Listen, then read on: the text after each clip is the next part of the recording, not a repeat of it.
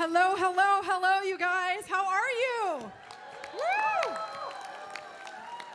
My name is Stephanie Strickland. I work for the NBC station here at KGW, and I have fangirled out all over that seat all damn day. I tell you what, this Comic-Con, the local Comic-Con, Rose City Comic-Con, is where it's at. The lineup does not disappoint. And the guest I'm about to introduce, fantastic guy. I cannot wait to hear your questions. You'll line up there, and we'll ping pong back and forth. So with that, I would like to introduce to you Manu Bennett. Come on out.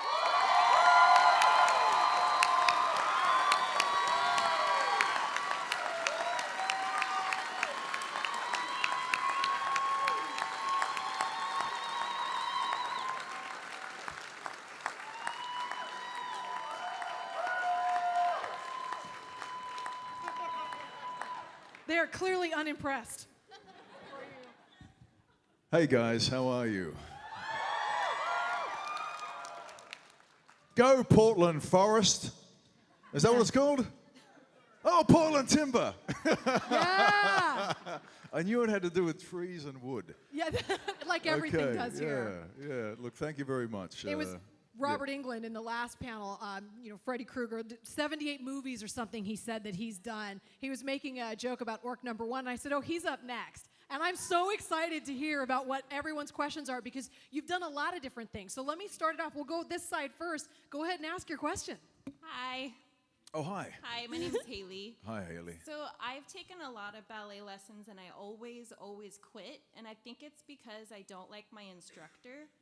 Do you have any positions that you could teach me? Well then, that's a great question. Either that is a very cleverly crafted question, and I'm on another page, or we're going back to ballet class. First of all, let me say one thing, that it's so important. I mean, if you're involved in the arts, whether you want to be an actress or a singer or a dancer, or an artist of any kind, really. It's so important that you have the right mentor. I agree. I hear a lot of people say that, they went to an acting class and they didn't get, they didn't get the kind of connection that they needed with the teacher. First of all, if you ever get that scenario shift, if you don't think you can get through with a person, and it's not about giving up. I mean, if you go to 3 different people and you have that same relationship, the problem is yours. But like, I remember. I'll say it out front. I remember an English teacher of mine when I was in a high school, and I thought I was writing great poetry. I thought I did a really good poem. I mean, and this guy just didn't like me, and I ended up suffering for my creative writing, And when I look back at that, I think to myself, like, that guy just didn't like me, and I just would never have got ahead with what I wanted to do with my writing. So yeah, sometimes you got to feel out those teachers, not in positions. God, am I really staying on that note? We've got to get out of there, okay. But no, you know what? I mean, I was I was a bit of a rogue dancer, really. I'll give you a reason why I got into dance. I got into dance when I was 14, almost 15. I was in a car accident and my mother was killed, and I was devastated, obviously, as a young kid. And my girlfriend at the time was a ballet dancer, and at the time I was breakdancing. I was doing breakdancing and stuff with friends, and we'd used her studio. We used to go into their studio to do our breakdancing, and but she said, "Come and dance, come and do this with your emotion." And so I took my dancing into the studio, and it really helped me focus. Having lost my mother, the feeling of the vacancy of the female connection, I started doing a lot of pas de deux work, and so dancing with a girl, dancing in that female energy, to all of that classical, beautiful music. It touched me. It helped me. It helped heal me. I mean, I then took my art form into acting. And I hope that, and I believe, because people come up and they say to me, look, Crixus was a great ballet dancer. No, he wasn't. No, but all those moves that I did as Crixus, all of that athleticism, all of that movement. I remember one fight that I had against Octus. Remember Octus? Remember when Crixus first went for his first fight, and the long hair, and I walked out and I was like, what is this? You know, and then Octus came out, right? Octus, the guy who played that role, was actually in the Australian Ballet Company. And that's why when he did that remember in that fight, he ran up and he did that really big, long leap. Basically, he did a long jeté, like kind of jump, and went up into the air and then got his spear up and went, and the spear came through and almost hit my face through the shield. Doing that scene with that guy was an incredible dance. The way that he was moving, the way that I was moving, you know, and then spinning. I had my shield and I bang him with the shield. And what he did as well, I just knew that we were both on point. You know, not that point, but as two guys who had dance background, that fight was particularly spectacular for movement. So, you know, I mean, the artistic field, you know. I mean, if you're passionate about it, darling, you'll find it within yourself. You'll move even beyond mentors to find what you need to find with it, as long as you persevere, you know. Thank you. But your moves are in here, darling. Your moves are in here and they're in here. Your body will just follow that. Yeah, I think that's my connection problem that I have. Yeah, don't limit yourself by yourself, or don't let others limit you. And just let that emotion rule. Let it rule your art. It'll give you everything you need if you open it up. Thank you. Very nice. No worries. Very nice.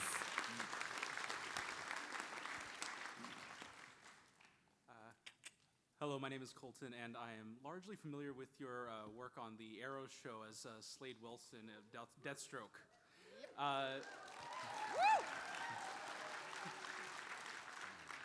I love what you brought to the show, but I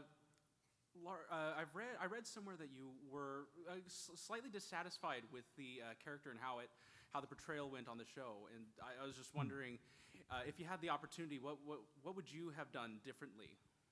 My only comment about that was that I think Deathstroke in the DC comic book world has this wonderful notoriety of almost being invincible, and that helps make Deathstroke that pivotal, you know, that like, you know, it's like saying Santa Claus. It's like having Santa Claus and then writing a story where Santa Claus doesn't show up for Christmas, and everyone's going, well, that doesn't happen. Right, and I just felt that, I personally just felt that after losing to Oliver in that particular fight and then losing to Thea on the island, that there was some kind of incremental, you know, lowering of Deathstroke as the way that I saw him in the DC world. I mean, I made that public statement just as a personal opinion, but I don't know see, writers can do anything. Yeah. They can recreate and do everything. You know, I was silly enough to sort of make that comment out loud. Now, politically, it's not a great move, right? But personally, it's the way that I feel. And it's funny how, you know, if you say the way that you feel, you know, sometimes you can end up with egg on your face. And I kind of did, because at the end of the day, I ended up questioning the writers. You know, apologies, you know, and all that to offend anybody. But, you know, you've got to have your opinion. You've got to have your truth. And at the time, I just felt a little bit kind of like when I was on my knees going like, well, this isn't going well for Deathstroke, is it? Yeah. Right. You know, then I got to lay down on the bed and go, well, Oliver, how many people have to die before you realize, or how many times have I got to get kicked in the balls before you realize that Deathstroke's still tough? And then, you know, it's kind of, I'm just wondering where it's going to go, like everybody else, you know. But at the end of the day, you know, they've got that trump card in their pocket. If Arrow want to reprise Deathstroke, they will. Mm-hmm. I mean, you know, I'm just a bystander to life, mate, and right. you know, when the bus comes for me, I'll hop on it, you know.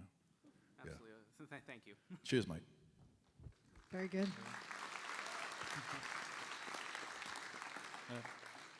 So, will we see you in the upcoming season of Arrow?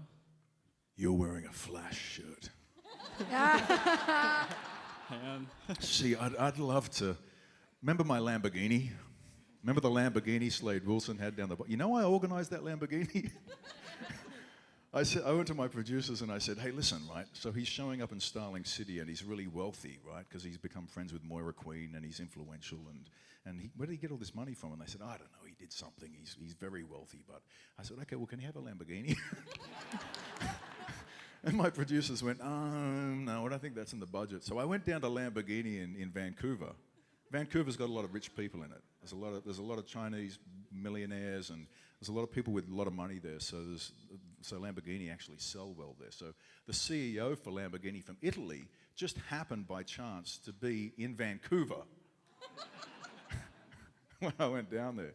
And we all went, so they invited me to go for this drive up to Whistler and with 20 Lamborghinis, and I made friends with them all. And then I said to this Italian guy, I said, listen, right, I'm playing this character in this television show, and he's not that bad.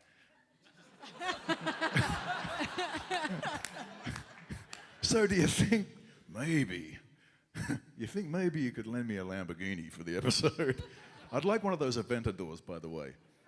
A black one. And this Italian guy went, yo, Bacello, good. Organize them the Lamborghini. You know, it was so funny. It happened like that. And next minute I had that black Lamborghini Aventador. So what I'd love to do is actually go over to the Flash series.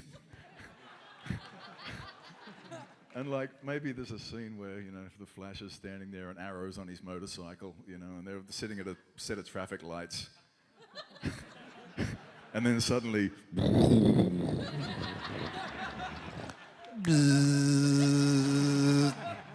hey kid.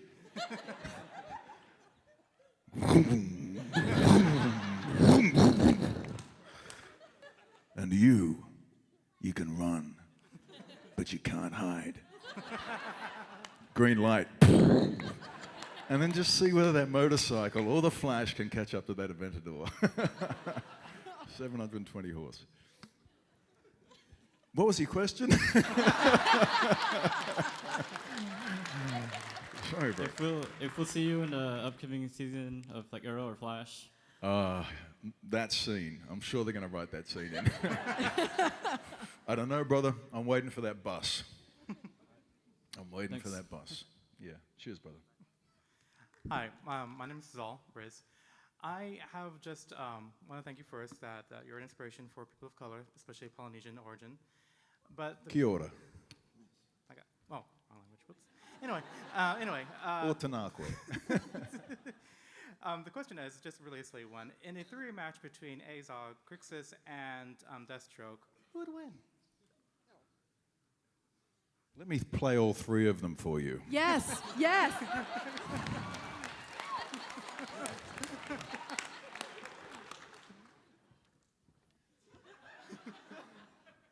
Portland!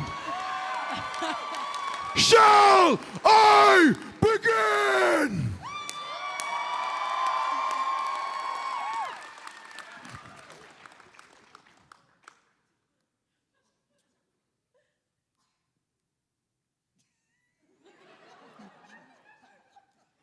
Gundinize, Gundenast, Obaktil, Umnacht.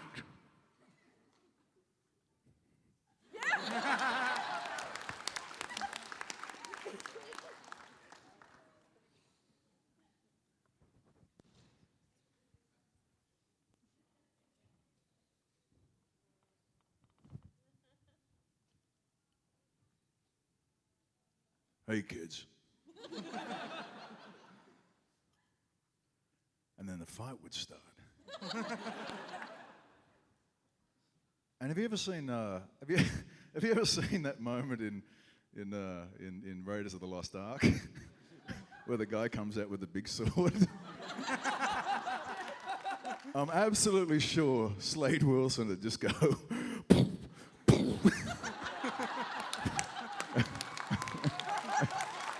Without a doubt.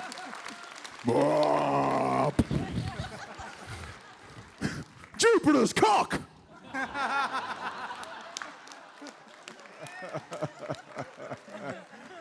I think it all comes down to weapons, and I think Slade, even though he loves swords, he knows which weapon to use. That's true. Thank you. That's my favorite question ever. In case you're outstanding. Let's go over here. Hey, Mr. Bennett, Jeffrey here. Huge fan of Spartacus. Just started to watch it on like a dare, and it turned out to be one of those binge watching things, and couldn't get enough.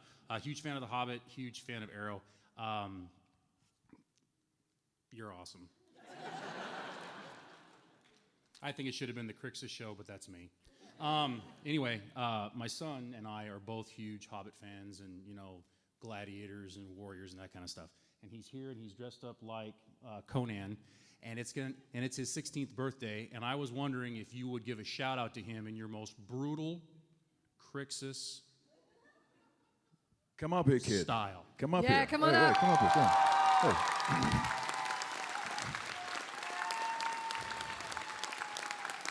Thank you so much, Mr. Bennett.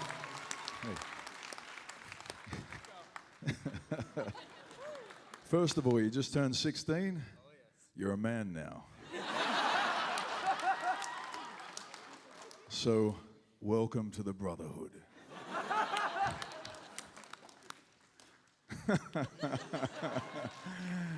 There you go. Grab a photo of your son.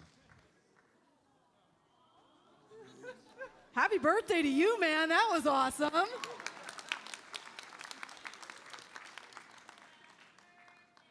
To you, happy birthday to you. Somebody's name. Happy birthday, dear Jeff. Happy birthday to you.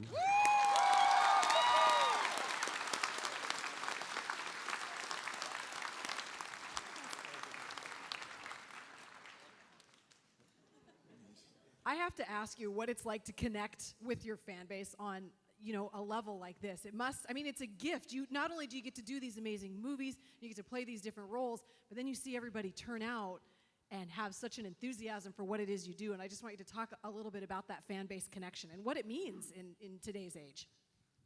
Well, to be honest, all of it would be empty unless there was emotion. All of it. You'd just be talking about money, you'd be talking about networks, you'd be talking about studios, you'd be talking about product, you'd be talking about ratings, The only thing that matters is the signal and the connective thing that story has with people. That's why conventions became popular, because Stan Lee wrote modern mythology. He gave a new era to the stories of morality and society. And I'm one of these lucky actors who, even though I've had a tough life in certain ways, my emotions have been allowed to be used to express art. I could be on a grand piano. I wish I'd been a piano. I almost wanted to stay playing piano when I was a kid, because I'd love to have gotten into Rachmaninoff and classical piano and really just being able to feel the piano and do that. But when I played Crixus, I noticed that I was doing that. There were moments where I just knew that I was in that zone of art. And how do I know that it's any good? The only way that I know that it's any good is because of you guys. Because this is a mirror. I don't own it. I'm sort of like your puppet, and I'm so thankful that when I come to a city like this, that all of you people who I don't even know have come to sit here and to listen to me. Thank you.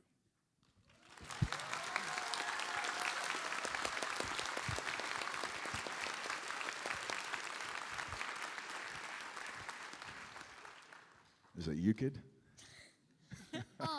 What was your favorite episode of Arrow that you filmed?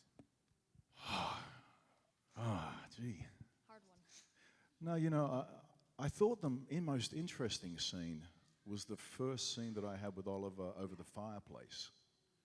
Because Slade Wilson had just sort of literally dropped into that world through the fuselage of that plane and beat him up a couple of times and said, "Come on, kid, you got to toughen up. Come on, come on." Everyone was just thinking, like, who's this guy? Then all of a sudden, him and I were sitting over this fireplace, and he told me about what had happened on the boat, the Gambit. He told me that he had been with the girlfriend of his girlfriend, which made Slade click a little bit to the idea of betrayal.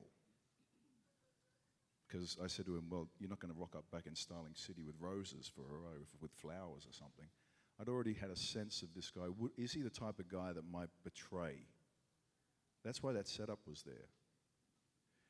And then he asked me about me, and I said, I was on this island. I had a son called Joe. And Billy Wintergreen, who was my partner, had betrayed me and taken Fire's bribe. And I was left alone. And I said to him, listen, kid, and this is an important thing, because this is what makes Slade Wilson dark, grey, and potentially an antagonist rather than a protagonist is that he said, listen, kid, everybody is in this world for themselves. Now that was anger and hurt. And if you really think that, you're thinking the wrong way. But what it set up was that given that Slade Wilson felt anger and hurt, that he went to a place that was dark. Now, a lot of people in the world, we all do that. You know, if that happens to us, we all go, oh, this sucks, you know. The world's against me, you know, I don't have a friend or whatever. You know, this happens to all of us. So I think something about those particular moments for my character was it kind of humanized him. At least I wasn't just coming out of some loony bin scenario going, you know, oh, I want to kill people. You know, I wasn't Jason from Friday the 13th or something like that. You know, I was actually a character that they created slowly. That even the relationship story with Shadow allowed for this kind of, you know, humanity with Slade. That the Mirakuru skewed it, but it sort of kept the viewers, I think, kind of in Slade's corner still, even though he was. I mean, I remember when I killed, you know, Moira. And I remember going to a convention the week later thinking, oh, people are going to be throwing things at me. And everyone came, and I was so surprised. Like, the line was huge, and people were coming up going like, oh, man, I can't believe you killed Moira. Like, you know, like, we love Slade, but, you know, like, how could you do that? But we love Slade. Like, it was just, I couldn't quite get why people were kind of supporting this kind of drama on the television, but it was just kind of like it was helping, like, split it was pulling the poles apart. But when I go back on the series and I think about that scene around the fireplace, it was the first time that he and I, Oliver and Slade, connected on a personal level and actually revealed something about our true selves. And I thought that was the perfect setup for what was to come for Slade. And I remember that scene vividly. And it was, you know, when you're sitting in the middle of a night in the forest in Vancouver and a fire's crackling and you have a big film crew around you and you're in a really nice, subtle, quiet scene with a good actor like Stephen Amell, and you're really getting down to the bones of what this series is going to be about. In that moment, you start to feel it all cooking. And when you're an actor and you feel it cooking, it's a great feeling, kid. Because you know you're going to start doing your best work. And it was good. It was great. It was a good scene. Thanks for the question. Thank you.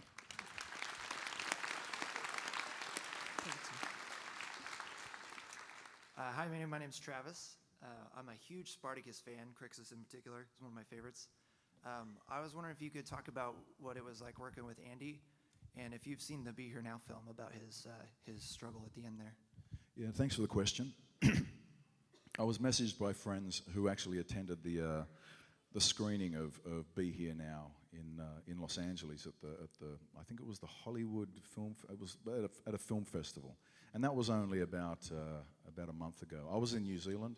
I'd been over in America here for about 3 months working straight, and I had to go back to be with my family during the time when that was on. So I couldn't make that, unfortunately. It happened when I was 2 weeks back in New Zealand with my family. That whole documentary has a kind of an independence outside of itself from everybody. It took a long time to bring to the screen, and by the time I found out it was there, it was there. I mean, it's something that I'd like to see. I had some people sort of tell me a bit about it, but there hasn't been a rescreening of it. So, you know, I mean, I'm as interested as anybody to see it. However, the producers and the people that produced that were sort of, you know, very independent to our show, and to be honest, because it was taking so long for it to be released, there was a lot. I was having to sort of cover a lot of questioning online from people that were constantly asking me, "Where's the Be Here Now film?" And for a while there, it got quite uncomfortable. Yeah. And I'm just glad that they've sort of finished it and put it out there. I'm interested in seeing it, of course. I mean, it's going to be a difficult thing to watch. Yeah. I mean, I knew Andy's little boy, right? And he would always run up to me on set and go, "My daddy's going to get you." Crixus. And I always used to stand over him and go, "Listen, Jesse, I'm the undefeated gold kid. I'm gonna," you know. And we had this kind of like this little game that I'd play with his son all the time. And I mean, for me, I mean, you know, take away the fact that he was Spartacus and had a television career. The most important role he ever had was being a father. The most important role, you know, that was lost in their family from Andy's passing was having that father figure, and for Jesse and you know, the entire family, you know, connected to Andy, you know, all the way back to Wales, you know, they're the ones who really lost. I mean, we, you know, lost an actor friend, you know, you guys lost somebody off television, you know, that you connected with, but really the loss was within the family. You know, Andy was obviously a very gifted actor. I mean, not just a good actor, a very gifted actor. And he'd been signed on in here in Hollywood. He'd just gotten his agency and everything, and his star was going to rise, certainly. But what was one of the big highlights, and what, you know, what came out of that is that cancer is indiscriminate, you know. And it was, I mean, you know, my wife has had a breast cancer twice. And when I was over filming Arrow, she was having chemo in New Zealand. You know, so it's a very real and scary, you know, reality for everybody. You know, I think that Andy's was just magnified because he was the Spartacus role, but in no more or less, you know, the tragedy of it. But you know, to be honest, like, you know, a lot of people ask me about Andy and they want to know about our relationship. And to be completely blunt, Andy and I kind of treated each other a little bit like Spartacus and Crixus. Not that we ever fought off set, but we always just kept this kind of like somehow, I mean, the same happened with me and Stephen Amell on Arrow. I mean, sometimes as actors, you just kind of keep that distance just because, you know, you'll catch up with each other and go, hey, brother, yeah, let's catch up, and you'll catch up at some event or whatever, but sometimes just as actors in these roles, you kind of just keep this kind of natural affinity of distance because you're always bringing this energy in there, you know? I mean, you know, Andy was best friends with Jai Courtney, who played Varro. And they played best friends on screen, and they were best friends off screen. You know, it was almost as though everybody in our cast had a certain relationship, a little bit similar to the way their characters were set up, except for Nick Tarabay. Everybody loves Nick Tarabay. Asher is actually a very funny and nice guy, you know. Yeah. But, you know, there's, no, I haven't seen the movie yet, you know. I really just haven't, you know, had the opportunity. Not that I don't want to see it, you know. But when I talk about Andy, I talk about him with the utmost respect that he deserves. Firstly, as a father. Secondly, as a person that acted in our show, and you know, then to what he meant to people. And it's not an easy one, you know. Obviously, here we've come to this question, and it's a very difficult one to navigate around. But at the end of the day, I'm happy about one thing, and that is, what he did leave on the screen was an indelible image of who he was. And at least his family have got that to look upon as a reminder of Andy Whitfield's shine, his glow, because he glowed in that role, brother. And when I stood opposite him acting, he glowed. Liam was great, but he wasn't Andy, and he had his own way of going about it, right? And in the end, because he was under so much pressure, Liam was under so much pressure when he first came on the show. I mean, Andy walked in and it was like, oh, he's Spartacus, great. Yeah. Liam walked in and all the directors, all the producers, everybody wanted to tell him how to do the role. And I remember sitting aside with Liam a couple of times and he was going, dude, I can't even think. I'm getting called by, you know, the producers from America and everybody wants me to do it this way and to act more like this and be more still and not show emotion and, you know, be more resolve against you or whatever. And it took him a long time to just find his feet and get there. But I think particularly in the last season that Liam McIntyre found an energy as the role of Spartacus, especially the last 4 episodes or something of the last season. I remember doing a scene with him across the table when I was about to split, when Spartacus and Crixus did their split, and I came across the table and I said, we built their empire with our blood and our, you know, all this sort of stuff. And Liam was responding to him. I remember sitting in that scene going, this is as good a scene as when I was back with Andy Whitfield saying, no, I have to fight for Navia, and tomorrow one of us will die in this arena. That was a magic scene between Andy and I back in the day. And I remember sitting there with Liam at the same time, and subconsciously while I was doing the scene, I was saying, this one has got the same intensity, the same rhythm. So yeah. I mean, look, Andy was great.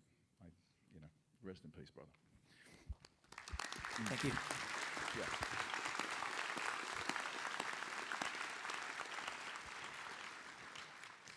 You did a wonderful job as Azog, and you were stunning as Crixus, but I'm most interested in Creed, beta test. Do you have any set stories to share from that one? Oh, you know, I mean, look, at the end of the day, you know, this producer rang me from Seattle, and, you know, Nicholas, I always say Genie, I always say another word, but it's Genie, Nicholas Genie, rang me from Seattle, and he asked me, you know, he sent me an email, and the email was actually very well worded and very supportive, and I thought, well, this guy wants to put me in a movie, and he's got all of these certain views about me that I appreciate, so I rang him up and we had a conversation. So I flew up to Seattle and I did this movie called Beta Test. Now, you know, it's going to be a great action flick. It's going to be a fun action flick. But it's not a $20 million or a $50 million film. It's an action film, and I think that we did some great stuff in it, some absolutely fantastic stuff in it. It's actually got the world's longest fight scene in one take. It's 5.5 minutes without an edit.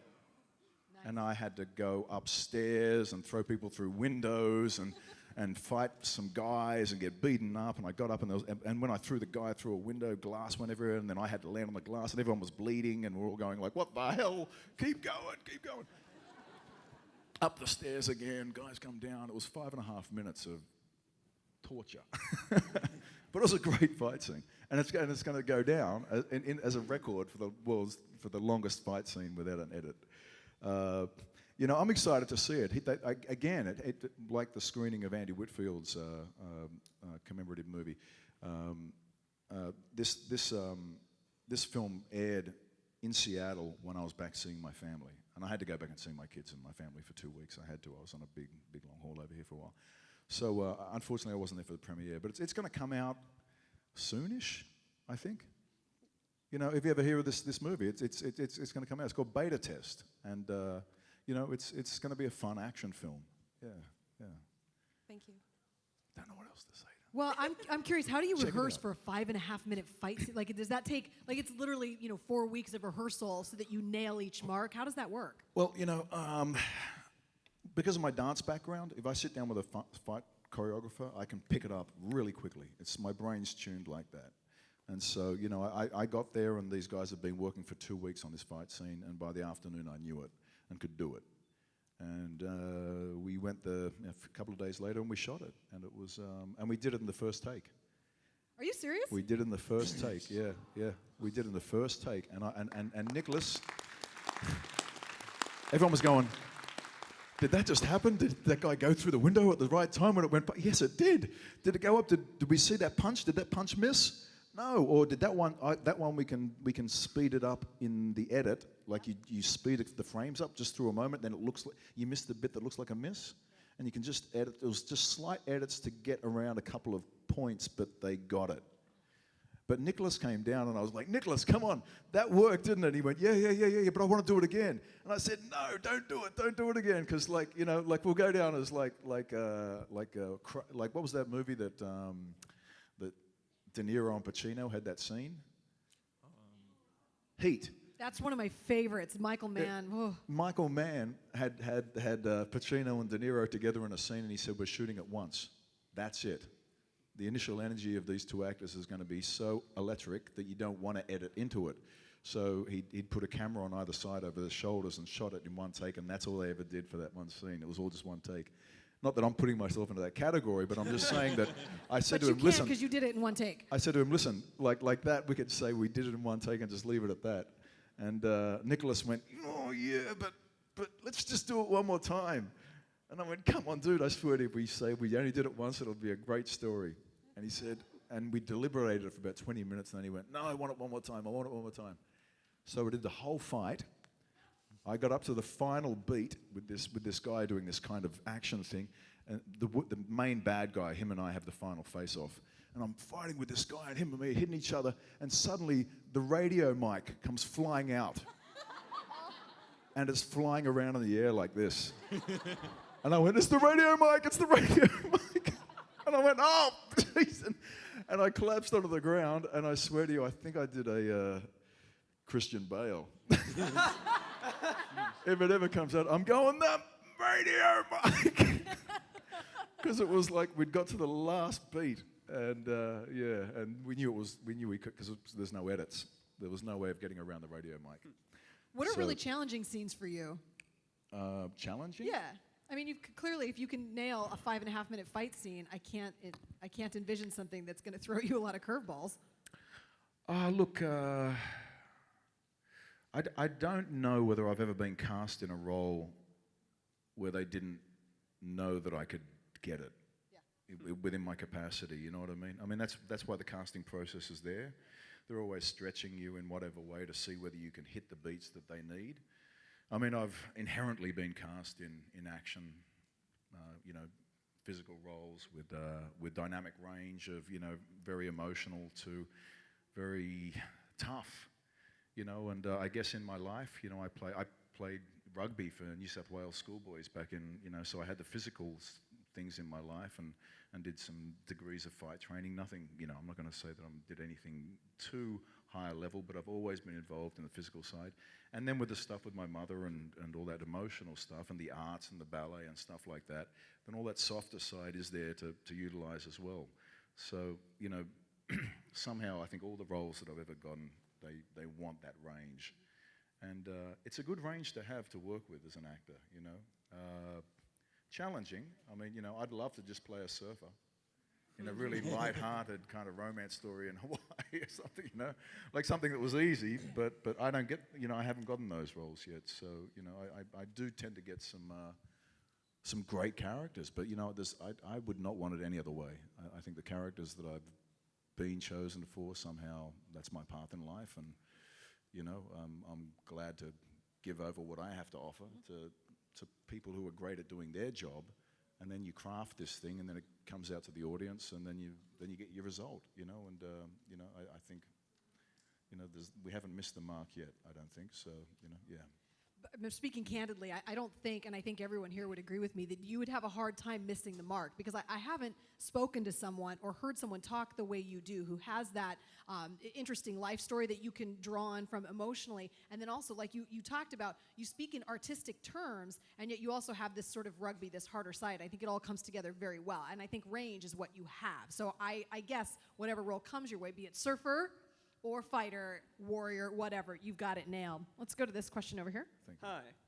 We've had a lot of questions so far about your successes, but I was wondering, after you face like failures in acting, if at all, yes.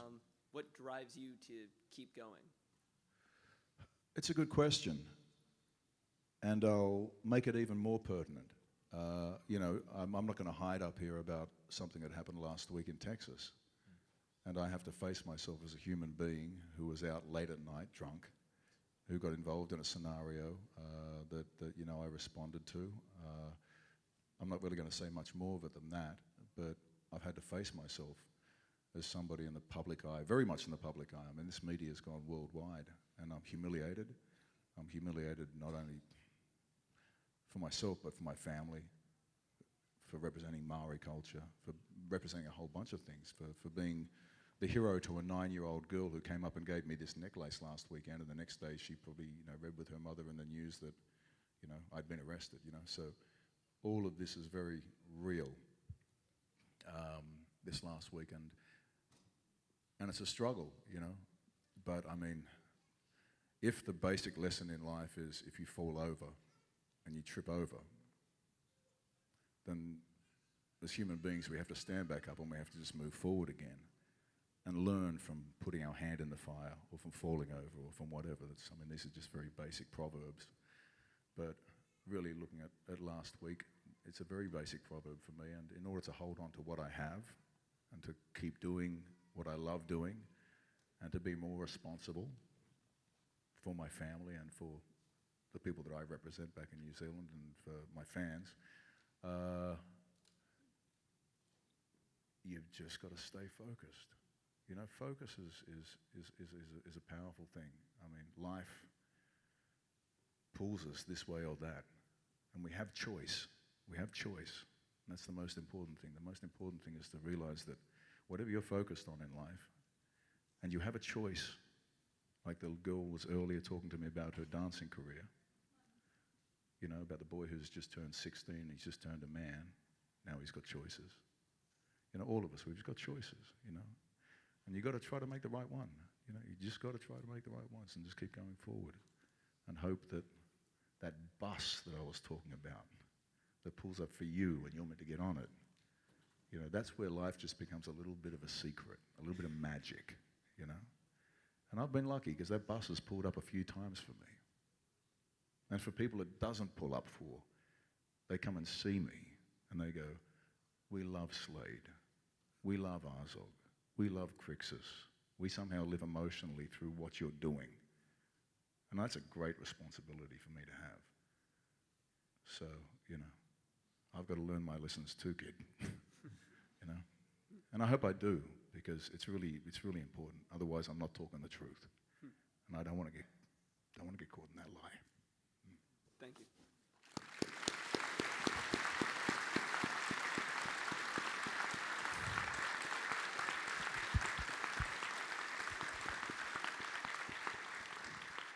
It's an incredible answer to that question. Yes. Thank you. I was wondering, you have a new show called Shannara coming out recently? Yeah. Or it's coming out soon, recently? Yeah, soon. I get to play a wizard. Is that what you're doing? A wizard. A wizard. Yeah, but he's Yeah, like, he's like Gandalf meets Crixus. It's he's really cool. And Slade. He's kind of he's edgy. He's good. He's great. Yeah. Well, my question was, what kind of character were you playing? So you already answered that. A badass one, by the way. Yeah. No, he's a druid, and you know, in the books of that Terry Brooks wrote, you know, 20-odd books on the Shannara series. He was just he's a very, very dark, ominous presence, but he's on the good side. So he's not like Gandalf, who's always very light and very much the light. You know, he stands there with his staff and the light shines through and he saves everybody all the time. You know, I mean, he's not as obviously good.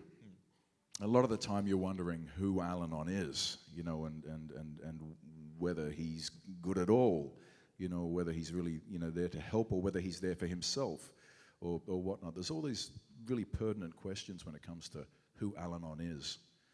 And the thing is he's the last druid. He's the last of an order, and nobody else believes in the magic that he speaks about. And so he has to convince a lot of these young characters, these elves, young elf characters and whatnot, that this particular force which opposes magic, that opposes light, is going to emerge, and that's going to threaten the world. It's got similar themes to Lord of the Rings or The Hobbit. You know, it's a similar feel in that fantasy genre. And the great thing is that we're shooting in New Zealand with all of the people that I worked with on Spartacus and on The Hobbit. You know, so that magic that I know has already been captured in New Zealand. These guys were smart to go and film there because they've got all of that craft is being put behind the Shannara series. All you got to do, if you watch the trailer, you'll see the amount of artistry, special effects, the cinemascope idea that's being projected for this series. And it's interesting because, like Spartacus was kind of like a flagship for stars, and Arrow was a flagship for demographic changes for CW, because that was a young network and they wanted to broaden their range. MTV, you know, they've got Teen Wolf, you know, which is a great hit, you know, that's a big hit. But this is like they've gone into the casino and they've thrown all their chips on the table. Because this is a really expensive show. But I think they've gone for the right idea. One of the big kudoses I have to pay is for the producer's name is Dan Farrar. Now, Dan Farrar found this property, and he took it to Warner Brothers to turn into a film, except it sat on the shelf there for a while. So they said, probably because of the Lord of the Rings and The Hobbit, but you know, they kind of they shelved it for a minute, and then he went and made it work for television. And I think that a show that has 20 books dedicated to it, you know, deserves a television show, because I'm telling you, mate, I've been part of these television shows, and when you create characters on television shows, they're deep, long created well-cooked characters. So you get this relationship. I think with a television show you have a true relationship. Like you can really invest a lot of time and get into and understand the story in much more depth. I think films now are like a one-night stand. You go, it's over. Yeah. Oh, it's fantastic. Okay, it's over. What was that question about positions? So film. So but television shows have just got this. They can be drawn out, and you can get such good storytelling depth of it. So again, getting to play Al-Anon over 10 episodes has just been an epic journey. And watching Austin Butler, this good-looking kid. Who knows Austin Butler? I guess they will. Carey Diaries, the Carey Diaries. He was in Arrow. He played Thea's boyfriend at one stage in Arrow, blonde-haired guy. I'm telling you, next year at this convention, if they get Austin Butler, that guy's gonna be huge. I'm telling you, he's like a young Brad Pitt. He's such a talented young actor, and I think he's gonna go a long way. Anyway, it was just an incredible journey moving with those guys, and it's going to come out in January on MTV, and we'll leave it up to you guys. Yeah. You guys will decide. And because of our time constraints in this room, I believe this will be our last question. Oh, no pressure. Everybody else come and sit on the couch. Up here, quick. Whoever's standing there, come up. Come on. Quick, just jump up. There's stairs right there. No, you asked the question. You got to sit down. Just the other guys. Come on, quickly. Come on. Can I trade that question to come sit Quickly, next to you? I got to sit next to the devil. Yes, that's perfect. Go on, darling. Sorry I couldn't answer your question, but at least you get to come up and have a... How you doing, brother? How are you, darling? I love this. The look on everyone's face right now is Oh, one hey, of utter darling, how are you? shock that's and yours, awe. brother. Yeah. Hey, brother. Okay, we're going to field this question. Okay, so unlike everybody else, I have no outpouring of love for you. You were against Gannicus, who's my boy. I'm like, oh. And then you're against Thorn and my boy Legolas. What's going on? Okay, you're making me a little mad. You get a pass on Shadow and, Deathstroke. Okay, I give you a pass on that. And then, of course, you're vamping out on Josh Hartnett. What's going on? So, actually, my question leads into the Shannara series. I get the type of guy you like. So, the Shannara series, I'm really excited because you're kind of playing a good guy. If you've read the books, you kind of know Al-Anon is kind of a good guy. How were the scenes filming for you in terms of physicality? Because in the books, he's a very physical, staff spinning kind of guy. I mean, do you have a lot of physicality in the show? I'm spinning that staff, darling. I'm spinning that staff. If that's what you want to know, I'm spinning that staff. And just a little bit more about the show and what can we expect from your character a little bit more?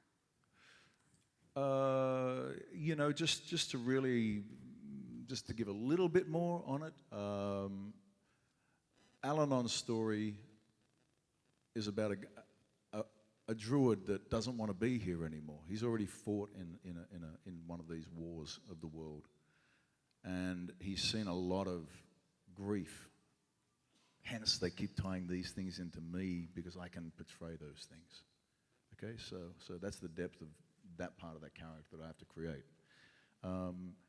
His duty is to look after these young characters that are sent on this journey to recover the elf stones and save a giant tree called the Elcrease.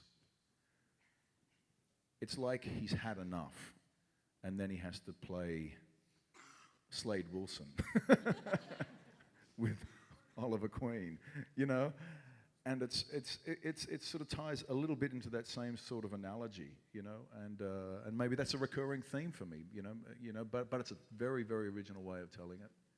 The character is well crafted. As I said, the show just looks amazing. There's no shortage on the budget,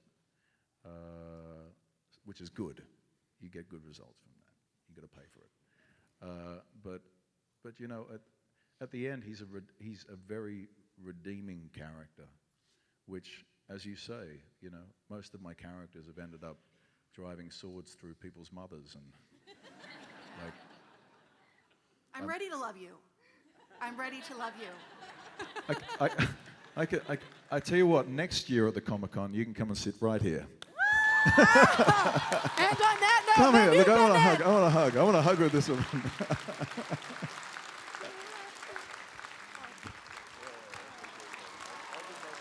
Very nice. Let's give it up, everyone, for Manu Thank Bennett. you. Thank Thank you. you. Bennett, thank you. Thank you. Thank you. Hey, hey, hey, hey, hey. Thank you. Thank you.